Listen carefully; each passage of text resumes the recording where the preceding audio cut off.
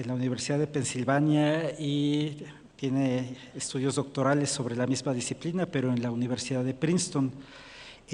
Alejandro ha desarrollado una amplia actividad profesional en diferentes ámbitos del sector privado, del sector público, particularmente fue servidor público en el CISEN, pero también desarrolló actividades de colaboración con el Instituto Mexicano para la Competitividad. Pero más allá de eso, Alejandro ha logrado establecer una reputación profesional a partir de su presencia en el debate público, sobre todo a través de los medios de comunicación. Lo hemos visto como colaborador habitual en diversos medios, como el Universal, Animal Político y la revista Nexos. Escribió Lamentada Estrategia, 2 ensayos y 39 preguntas sobre seguridad, justicia, violencia y delito, y hoy ha hecho un espacio en su agenda para poder conversar con nosotros acerca de las violencias inmediatas, las violencias de todos los días. Muchas gracias, Alejandro, bienvenido. Muchas gracias, Arturo, muchas gracias al ITAM, muchas gracias a todos los organizadores y sobre todo muchas gracias a todos ustedes por darse un tiempo y para venir a escucharme. Hoy les quiero presentar 5 argumentos específicos, ¿no?, sobre el tema de la violencia homicida. La primera es que tenemos niveles de violencia homicida excepcionalmente elevados, que no hay nada normal en el nivel de violencia que enfrenta México. Segundo, que no es un problema nuevo, que es un problema más bien estructural y sistémico. Tercero, que si bien tiene alcances nacionales, no afecta a todos los grupos sociales y a todas las regiones por igual. Cuarto, y yo creo que es importante, es que a pesar de la visibilidad del tema en la discusión pública, la realidad es que pesa poco en las decisiones de los actores. La realidad es que nos importa mucho menos de lo que estamos dispuestos a reconocer.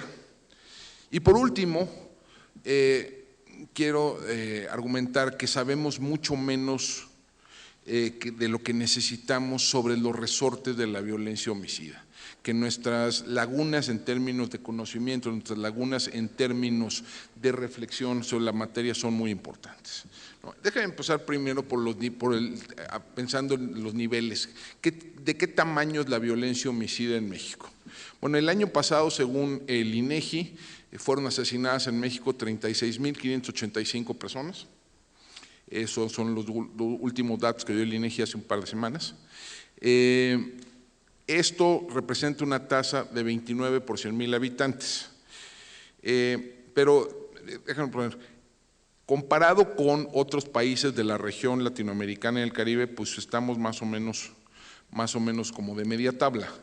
Los países centroamericanos tienen niveles claramente más altos. Ahorita ya estamos bastante arriba de Colombia. Colombia anda sobre 24, igual Brasil, pero Venezuela anda sobre 50, 60. Mismo caso los países del llamado Triángulo del Norte en Centroamérica. Pero, a ver, compararnos bien con El Salvador o con Honduras es como ganar una medalla en los centroamericanos, ¿no? O sea, sí es meritorio, pero no tanto. Si ya vamos a los olímpicos, pues ya es más difícil. En comparación con países de la OCDE, los niveles de violencia homicida en México son pasmosos. El promedio de los países de la OCDE es aproximadamente 3 por 100,000 habitantes. Y para ponerlo en términos más visuales, en México se cometen en 3 días el mismo número de homicidios que los que se cometen en España en un año. En 10 días le pegamos al total del Reino Unido. El año pasado tuvimos en México más homicidios intencionales de los que tuvieron los 43 países europeos juntos. Entonces, y grosso modo, según el estudio global sobre homicidio que prepara la Oficina de Naciones Unidas sobre las drogas y el delito, más o menos 1 de cada 15 homicidios en el mundo se cometen en México. Entonces, no hay nada normal en los niveles de violencia homicida que enfrenta este país. Segundo, esto no es un problema enteramente nuevo. Sí estamos, en un periodo de alta violencia, pero no es enteramente nueva en la experiencia nacional. Existen cifras de homicidios más o menos confiables desde 1931. La tasa de homicidio que enfrentamos hoy, que es más o menos 30 por 100,000 habitantes, es la mitad de la que teníamos en los años 30 del siglo pasado. Al final del periodo presidencial de Lázaro Cárdenas, la tasa de homicidio se parecía más o menos a la que enfrentan hoy países centroamericanos, como 60 por 100,000 habitantes. Luego tuvimos una caída más o menos sostenida durante las décadas del llamado desarrollo estabilizador, entre los 40 y 70. De 1940 a 1970 se nos va de 60 a más o menos 20. Y se nos queda estable más o menos sobre esos niveles sobre los siguientes 25 años. Entre 15 y 20 no nos movemos de ese nivel durante casi un cuarto de siglo. Y empieza a bajar en la segunda mitad de los 90 y un poco en la primera mitad de la primera década del siglo. Llegamos hasta más o menos 9 por 100,000 habitantes, que es el punto más bajo de toda la serie histórica, en 2007. Y luego tuvimos un brinco espectacular, de 2008 y 2011, se pasa de más o menos de 9 a 24 por 100,000 habitantes, empieza a disminuir durante 3 años consecutivos, de 2011 a 2014, se nos va de 22 a 17, y luego tenemos un brinco de nueva cuenta a partir de 2015, un brinco que sigue a la fecha, ¿no? Se hemos movido de 22 a 29. Pero si se ven, la tasa de homicidio que hoy enfrentamos es grosso modo similar a la que tenía el país a principios de los 60. Pero era sin duda una violencia distinta, era una violencia más rural, era una violencia más asociada a conflictos sociopolíticos, a conflictos por tierra, a disputas intra e intercomunitarias, y en ese sentido más invisible. Pero digamos, la noción de que no enfrentábamos estos niveles de violencia desde la revolución son simplemente equivocados, es un argumento equivocado. Ahora, es cierto, y esto vale la pena señalar, y esto aquí entro al tercer punto, la violencia homicida no afecta a todos los sectores y a todas las regiones por igual. Déjenme darles un par de ejemplos. El año pasado, Colima, que fue el campeón nacional de homicidios en términos relativos, tuvo una tasa de 98 por 100,000 habitantes. Esto, de nuevo, más o menos 3 veces la tasa nacional. En cambio, Yucatán tuvo una tasa de 3 por 100,000 habitantes. Es decir, un colimense tiene 33 veces más posibilidades de ser asesinado en un año específico de lo que tiene un yucateco. Y si uno ya se va al nivel municipal, a nivel mucho más granular en el análisis, lo que se encuentra es una concentración enorme del fenómeno. Un reporte reciente del INEGI señalaba que entre 1990 y 2017, el 50% de todos los homicidios del país se concentró en 5% de los municipios. Incluso al interior de los municipios, si uno ve, ya en la Ciudad de México, por ejemplo, ya se puede ver información a nivel calle. La concentración es algo espectacular. Métanse algún día a datos.cdmx.gov.mx. Lo que se ve en el mapa son clústeres muy específicos de violencia. Incluso a nivel, ya olvídense de nivel colonias, incluso son unas cuantas calles las que representan el grueso de los homicidios de la ciudad. Entonces hay un nivel de concentración enorme, no se enfrenta el mismo riesgo viviendo en Polanco que viviendo en Iztapalapa. Y eso también tiene que ver, digamos, con las condicionantes socioeconómicas del homicidio. El homicidio afecta más o menos 90% de las víctimas de homicidio son hombres, aproximadamente, 10% son mujeres.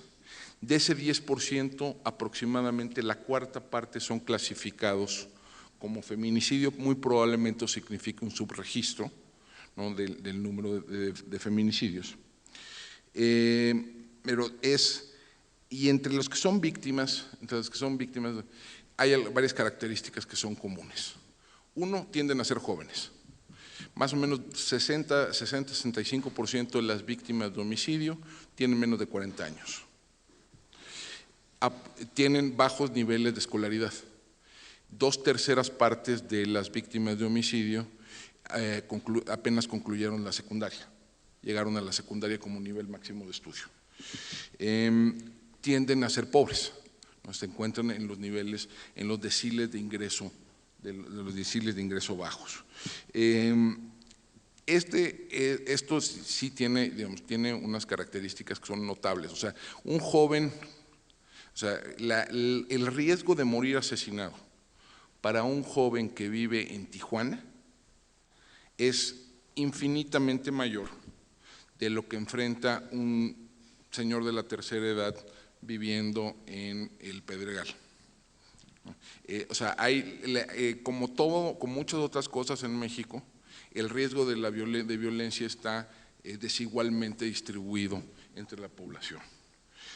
Y aquí entro al cuarto punto, que me parece importante. Esto tiene implicaciones políticas y de política pública de primer orden. Estos grupos que son afectados mayormente por la violencia homicida tienden a ser políticamente invisibles o tienen poco peso político invisible, al menos en el corto plazo. Es notoria, por ejemplo, la diferencia cómo tratamos al homicidio con respecto al secuestro. Por ejemplo, que el secuestro tiende, si bien, digamos, no únicamente, porque afecta a todos los segmentos económicos, pero tiende a cebarse, digamos, desproporcionadamente sectores de clase media y media alta. Allí vemos la respuesta del Estado es muy distinta, ¿no? Y la respuesta incluso, digamos, de los medios, de la propia sociedad es distinta. Existe una coordinación nacional antisecuestro. Existen en todas las fiscalías, una por una, unidades especializadas de combate al secuestro. Existen fondos federales etiquetados para el combate, para estas unidades. Existen organizaciones de la sociedad civil dedicadas específicamente al combate al secuestro. Hay una que se llama, como saben, Alto al Secuestro. Ahora piénsenlo en el caso de los homicidios. Yo no conozco ninguna organización que se llame Alto al Homicidio. No hay una coordinación nacional antihomicidio. No hay agencias especializadas del Ministerio Público en la atención de homicidio doloso, pero son relativamente pocas. No son unidades, digamos, administrativas autónomas dentro de las propias fiscalías. No hay fondos federales especializados en esto. Y esto sí, yo creo que sí tiene que ver en buena medida con la naturaleza de las víctimas, ¿no?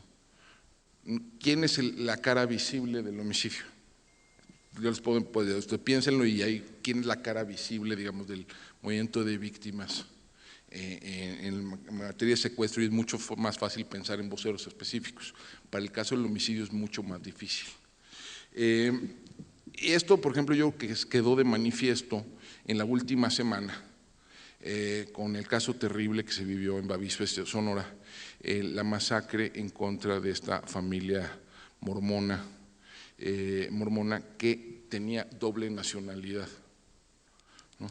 Esa característica de doble nacionalidad digamos, le dio a este drama, a esta tragedia, una resonancia que no hubiera tenido muy probablemente si no existiera, si esto hubiera sido, digamos, de familias estrictamente mexicanas.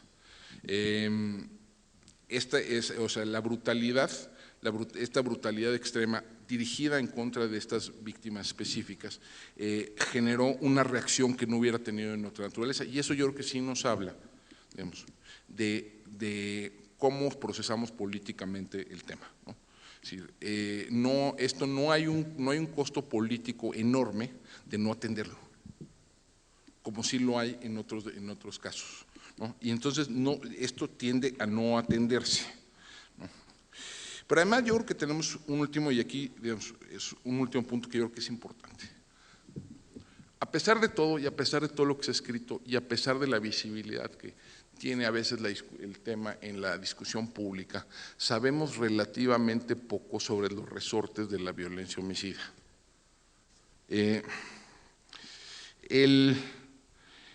Hay, por supuesto, digamos, hay por supuesto causas estructurales detrás de este fenómeno. Hay causas, digamos, de corte socioeconómico. Hay gente que ha escrito de manera rigurosa sobre la relación entre desigualdad y violencia.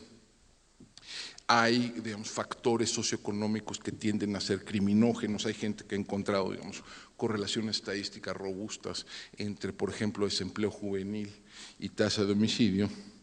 Y lo mismo sucede, digamos, con variables de orden institucional, ¿no?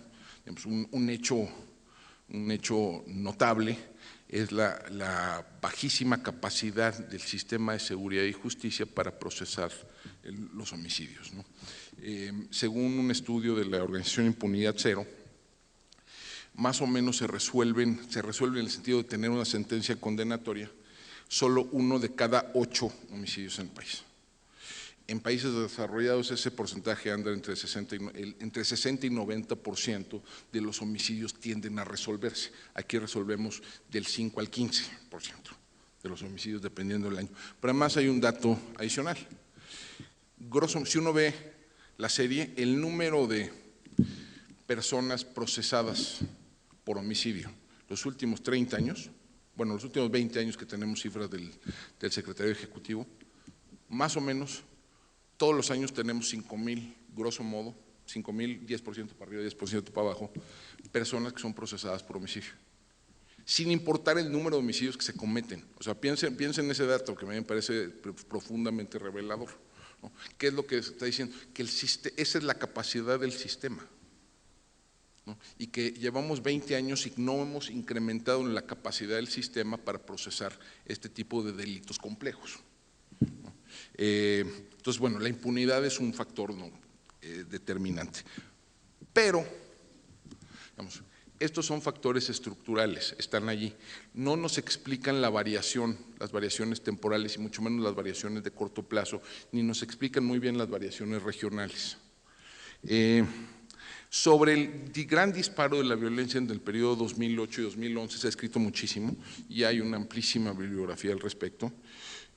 Yo conté una vez no menos de 19 teorías distintas que existen en la literatura académica sobre el disparo de la violencia en ese periodo, que van desde factores internos, desde la movilización, el despliegue de tropas federales y por lo tanto la ruptura de pactos locales y la desestabilización de pactos locales, hasta los efectos desestabilizadores que puede tener, por ejemplo, la llamada política de descabezamiento de los grupos criminales, hasta externos, ¿no?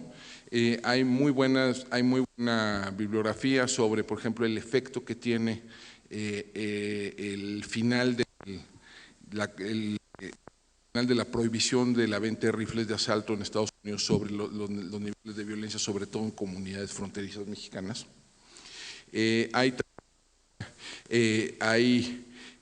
Hay algo escrito, por ejemplo, sobre el impacto que tienen las medidas de contención fronteriza en Estados Unidos post 11 de septiembre, ¿no?, en los niveles de violencia del lado mexicano. Hay un artículo muy interesante que encuentra una correlación estadística robusta entre decomisos de cocaína en Colombia y homicidios en México, ¿no? Entonces, hay otros que ponen la mira, por ejemplo, en los resultados electorales, ¿no? Hay al menos un artículo que dice que uno de los detonadores de violencia son victorias del PAN a nivel municipal. Hay otro que dice exactamente lo contrario, que es el detonador son victorias de la izquierda post 2006-2007 a nivel municipal. Entonces hay un amplísimo debate sobre esto. No hay consenso. No hay nada que todavía nos acerque al consenso de qué pasó. Yo alguna vez traté de ser holístico sobre esto y escribí un artículo que se llamaba La tormenta perfecta, ¿no? Es decir, que se nos vinieron encima muchas cosas al mismo tiempo. ¿Perdón? Qué bueno. Habría que actualizarla con los últimos años, pero eso es es decir, si me preguntan por qué, les voy a decir que pues, por muchas cosas, pero digamos, eso no es una respuesta muy parsimoniosa ni muy útil para diseñar una política pública hacia adelante. Pero peor aún, déjame poner, si sobre ese periodo hay amplia literatura, no se puede decir lo mismo sobre los periodos anteriores o posteriores, ¿no? El grueso de la discusión se centra en ese periodo discreto, 2008-2011. Sabemos muy poco, y como les digo, no hay un consenso. Ahora, todavía no empezamos a hacernos las preguntas, o por lo menos todavía no empezamos a reflexionar de manera seria, y lo digo como país, como sociedad, como comunidad, sobre qué produjo, por ejemplo, la disminución de la violencia homicida entre 2011 y 2014. Y dentro de eso, ¿qué produjo, digamos, descensos espectaculares, caídas dramáticas en algunas regiones o ciudades específicas? El caso de Ciudad Juárez es particularmente notable, ¿no? Entre 2010 y 2014, el número de homicidios en Ciudad Juárez disminuyó 90%. En Monterrey anduvo sobre el 80%, en La Laguna, Torreón, Gómez Palacios, Lerdo, igual, niveles de 80-90%. ¿Qué sucede? ¿Qué pasó allí? ¿Por qué cayó allí? Digo, de nuevo, podremos discutir de manera de hipótesis varias posibilidades, pero no, hay muy poca reflexión todavía sobre qué sucedió, y entonces no hay lecciones, es un problema de fondo, porque no tenemos lecciones aprendidas. Es decir, en Juárez algo sucedió, algo funcionó, algo. ¿Qué fue ese algo? ¿Quién sabe?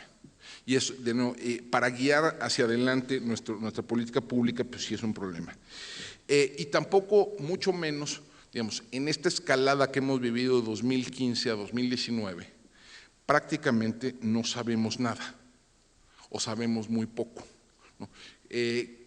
¿Por qué viene cayendo y de pronto tenemos este nuevo disparo?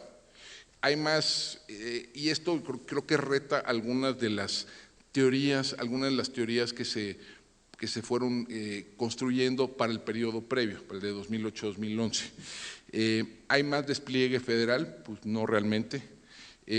¿Hay descabezamiento de grupos criminales? Sí, pero pues también lo había en el periodo anterior donde hay una disminución. ¿Hay más disponibilidad de armas de fuego? Pues a lo mejor sí, pero digamos, no hay mucha evidencia al respecto. ¿Hay cambios, digamos, en el entorno internacional, hay cambios en los mercados de drogas? Pues tal vez, pero de nuevo no hemos explorado eso. Entonces, esto tiene de nuevo implicaciones para el futuro, ¿no? En primero, a ustedes les da un montonal hay un montonal de temas para sus tesis, ¿no?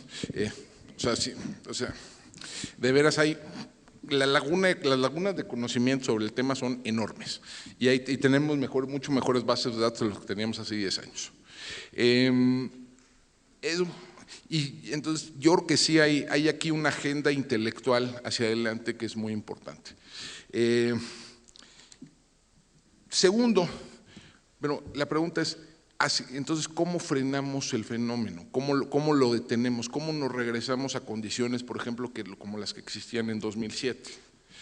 Y la pregunta es que no sabemos. La respuesta, pues, digo, sincera, es que no sabemos. Te preguntan, ¿va a funcionar la política del gobierno del presidente Andrés Manuel López Obrador? Mi respuesta más sincera es no sé. No sé, porque de nuevo entendemos poco y mal los resortes de la violencia homicida. Y si ya nos metemos, digamos, al tema más específico de feminicidio, yo creo que entendemos mucho menos. Yo creo que ahí las lagunas de conocimiento son todavía mayores, y de hecho de ahí tenemos todavía un problema adicional, que yo creo que registramos muy mal el fenómeno. Como les digo, más o menos solo la cuarta parte de los homicidios contra mujeres son clasificados como feminicidios. Y además esa clasificación no es homogénea a lo largo del territorio.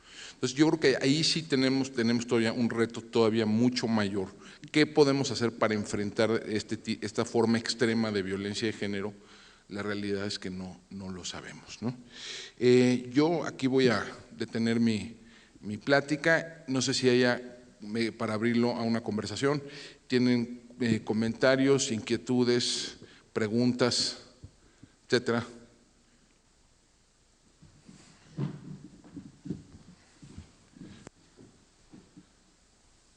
Gracias. Sofía Ramírez, de Mexicanos contra la Corrupción. Solo quiero saber, Alejandro, ¿qué opinas sobre la vinculación entre corrupción de las corporaciones de seguridad y la tasa de violencia homicida, por supuesto, pero en general de la crisis de seguridad? ¿Lo paso? ¿Como tres?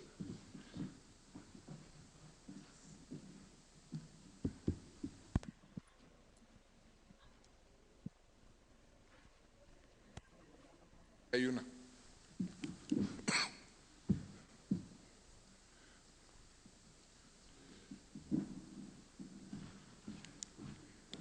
Bueno, mi pregunta es, en el caso de los feminicidios, pues vimos recientemente las manifestaciones, ¿no? Ahí pasaba aquí la compañera de Mexicanos contra la Corrupción, pues como los destrozos, ¿no? Que hicieron en el Ángel de la Independencia, que es un monumento nacional e internacional.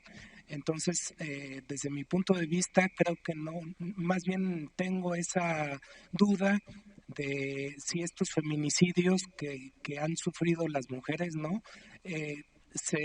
Vamos a decir que se justifican con la anarquía o que se provoca. ¿Cuál es el camino adecuado para estos problemas sociales, ¿no?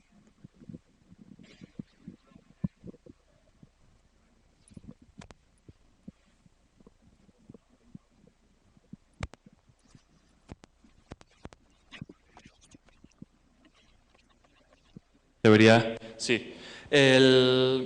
Bueno, durante el final de la plática mencionaste que no tienes manera de saber que la política del presidente va a actuar de manera positiva o de manera negativa hacia la violencia, pero también me gustaría saber si hay alguna política que daría resultados más conclusivos, alguna manera de saber qué acción se puede tomar que ha demostrado en otros países, en algún otro ejemplo similar, que pueda funcionar de manera mejor. Bueno, a ver, sobre la relación entre corrupción y violencia. A ver, déjame ponerlo así. En la medida en que la corrupción reduce la eficacia de las corporaciones, en la medida en que reduce la capacidad de las instituciones de seguridad y justicia para procesar los hechos delictivos, pues yo creo que sí hay una relación. Pero a ver, yo creo que ahí hay una suerte de caja negra, déjame poner otro así. No estoy muy seguro, a mayor corrupción, más violencia homicida, no lo sé. Digo, es posible, es posible, pero yo creo que lo que pasa es que la variable corrupción dentro de las corporaciones policiales y dentro de las procuradurías es muy difícil de operacionalizar, ¿no? Es decir, ¿cómo medimos que una corporación es más corrupta que la otra? Tenemos, digamos, salvo que sea por niveles de percepción.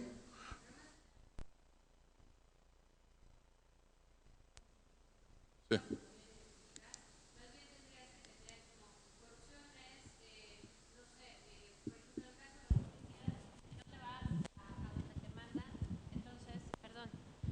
En el caso de los policías de la Ciudad de México tengo muy claro que, por ejemplo, hay bien documentado que si una mujer policía no accede a ofrecer servicios sexuales a su comandante, una manera de castigarla es mandándola a una demarcación muy insegura, en horarios muy inseguros.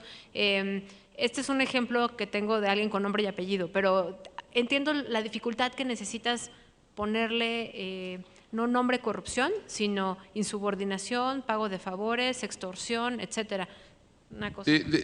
Sí, yo creo que sí hay una relación. Lo que no sé es de qué tamaño sea y cómo opera en la práctica concretamente. Yo creo que ahí hay un tema, yo creo que explorar muy importante. Déjame poner todo así. La policía de Colima es 33 veces más corrupta que la policía de Yucatán, pues no estoy tan seguro, ¿no?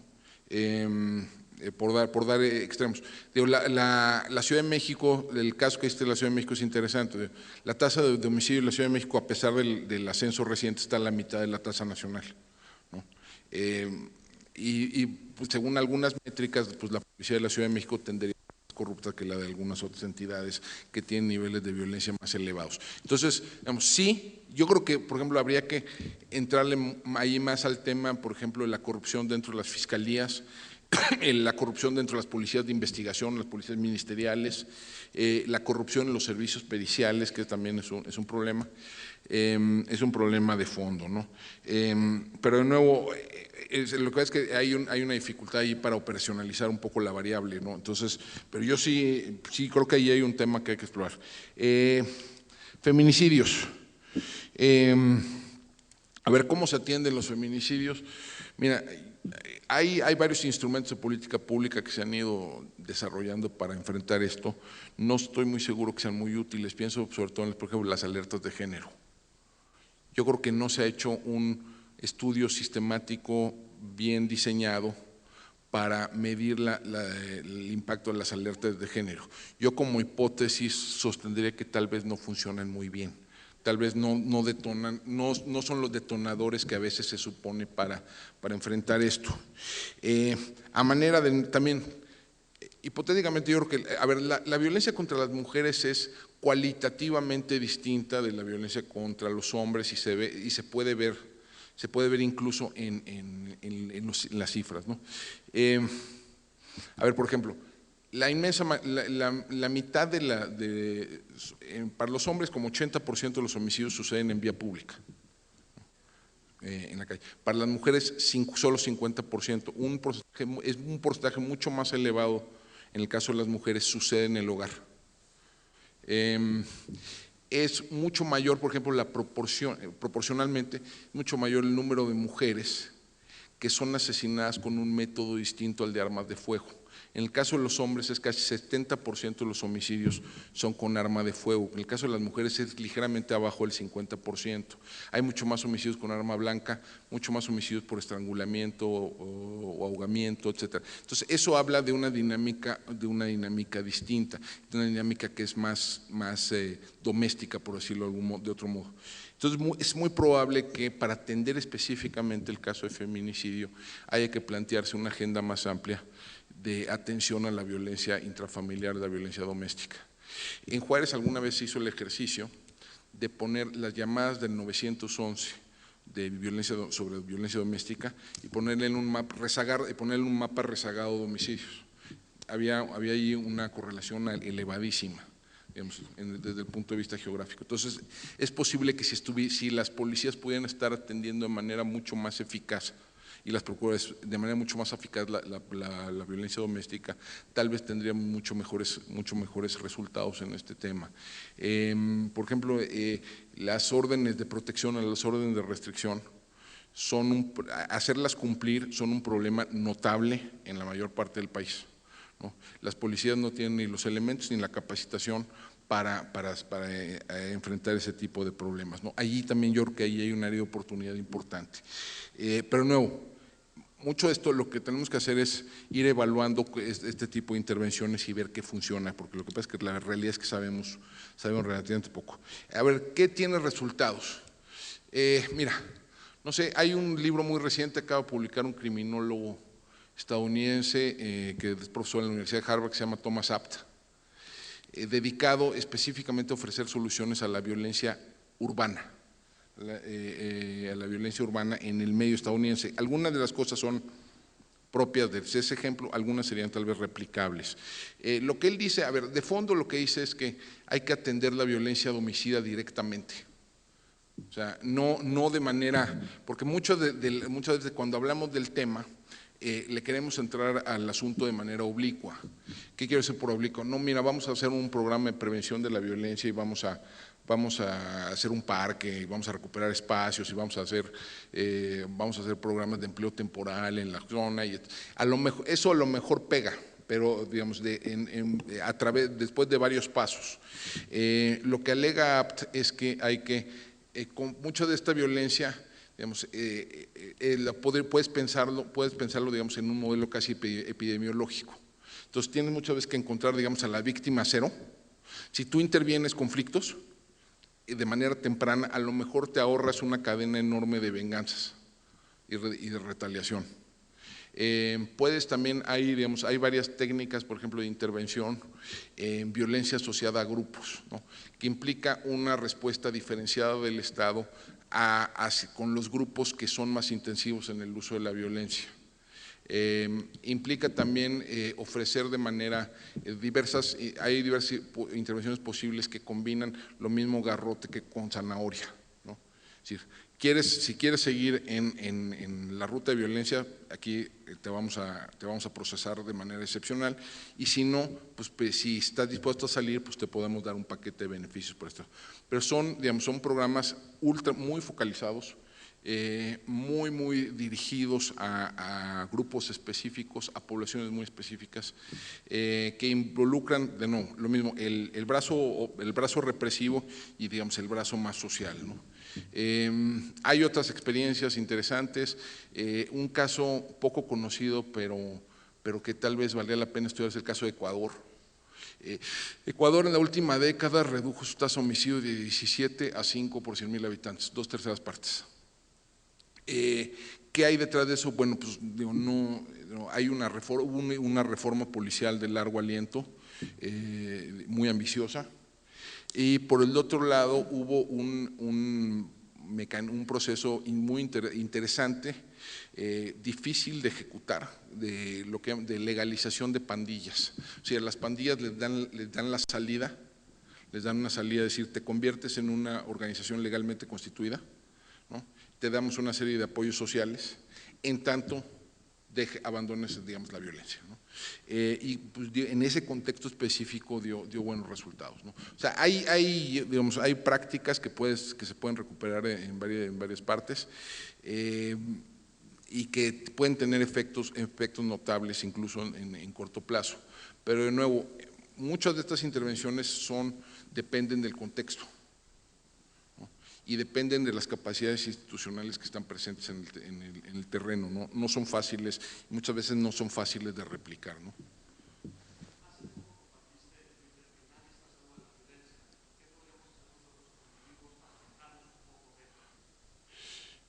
A ver, sí, nadie está a salvo de la violencia, todo el mundo puede ser, pero específicamente la violencia homicida, a ver, hay lugares mucho más peligrosos que otros, ¿no? Hay una concentración muy importante. Hay también, digamos, hay una diferencia, el efecto está diferenciado entre grupos sociodemográficos, ¿no? En términos generales, a ver, lo que más te aleja de la violencia es cumplir 40 años, ¿no?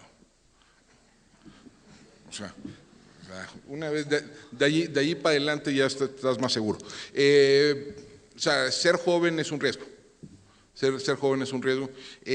Digo, hay una cartografía de la violencia, se puede explorar en términos de protegerte contra otro tipo de delitos.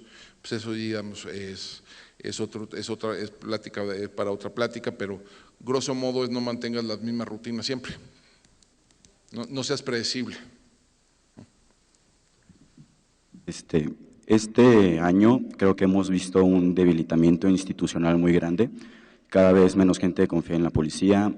Vimos el trato que se dio a los policías federales en ese traslado hacia Guardia Nacional, y también al ejército muchas veces no se le permite actuar. ¿Tú crees que con estos casos haya una correlación con el aumento de violencia?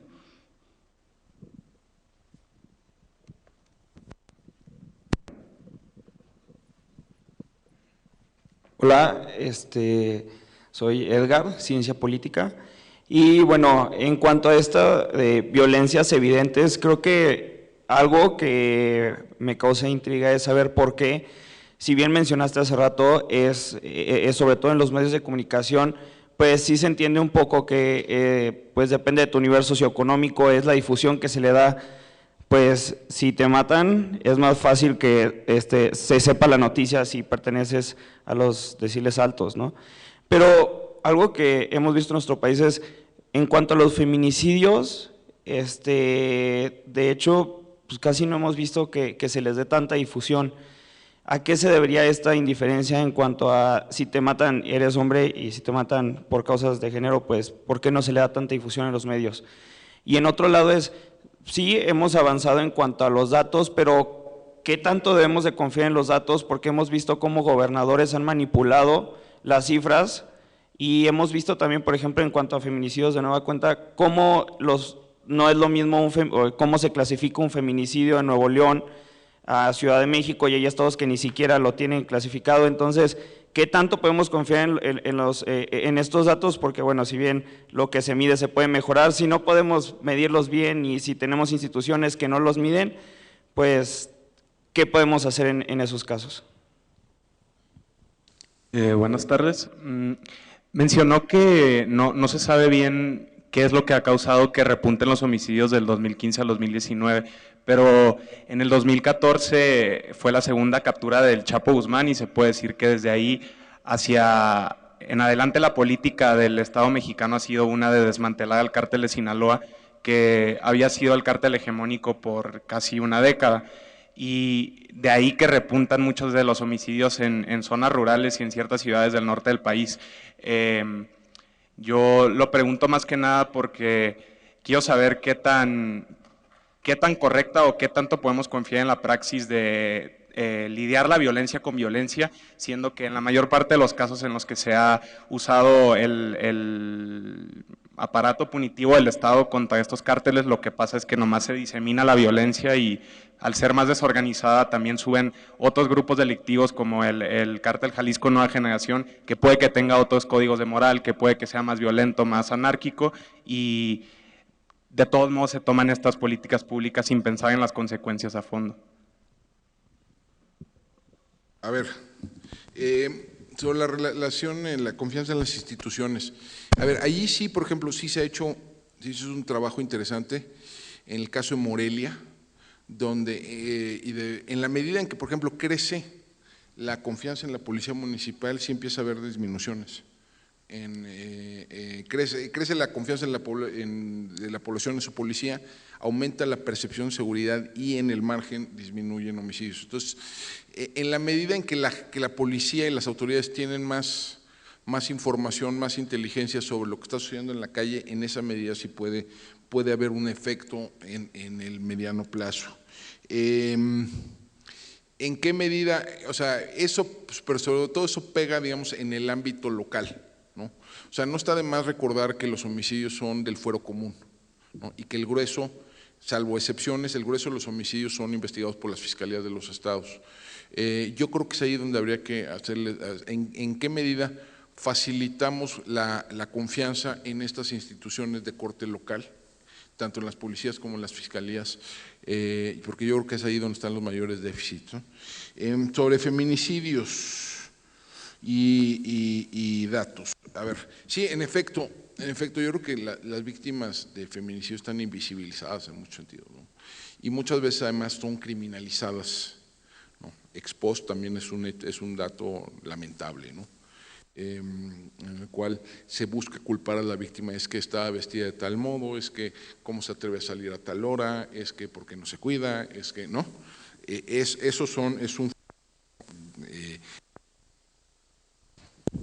incluso en las propias procuradurías, en las propias fiscalías, y sí, digamos, moviliza, eso sí tiende a desmovilizar la respuesta, ¿no? Entonces, en ese sentido, en la medida que sí hay que ir cambiando la narrativa con respecto a esto, ¿no? Los grupos, las organizaciones feministas han hecho mucho por visibilizar el fenómeno, no fue sino hasta 2017 que se empezaron a producir de manera nacional cifras sobre feminicidios, que como bien me señala, sí hay un problema de fondo en la clasificación. La clasificación muchas veces no es necesariamente homogénea. Y sobre la integridad de los datos de manera más amplia, sí, digamos, lo que demostró el caso de la Ciudad de México es que sí hay un problema de masajeo de las cifras, ¿no? Por decirlo de algún modo, de cuchareo de los datos. Pero el caso del homicidio, pero es mucho más grave en otros delitos que en el caso del homicidio. ¿Por qué? Porque en el caso del homicidio hay que recordar que hay dos fuentes oficiales. Una, la que produce el Secretario Ejecutivo del Sistema Nacional de Seguridad Pública, que se construye con datos de las fiscalías, se construye con carpetas de investigación y de ahí se deriva un número de víctimas. Y por el otro lado está el caso del INEGI, ¿no? Que el INEGI construye, bueno, los datos con información del sector salud y con los registros civiles, ¿no? Con actas de defunción, y entonces es cuando un médico legista señala que la causa de muerte es una agresión, se clasifica, ¿no? como homicidio, ¿no?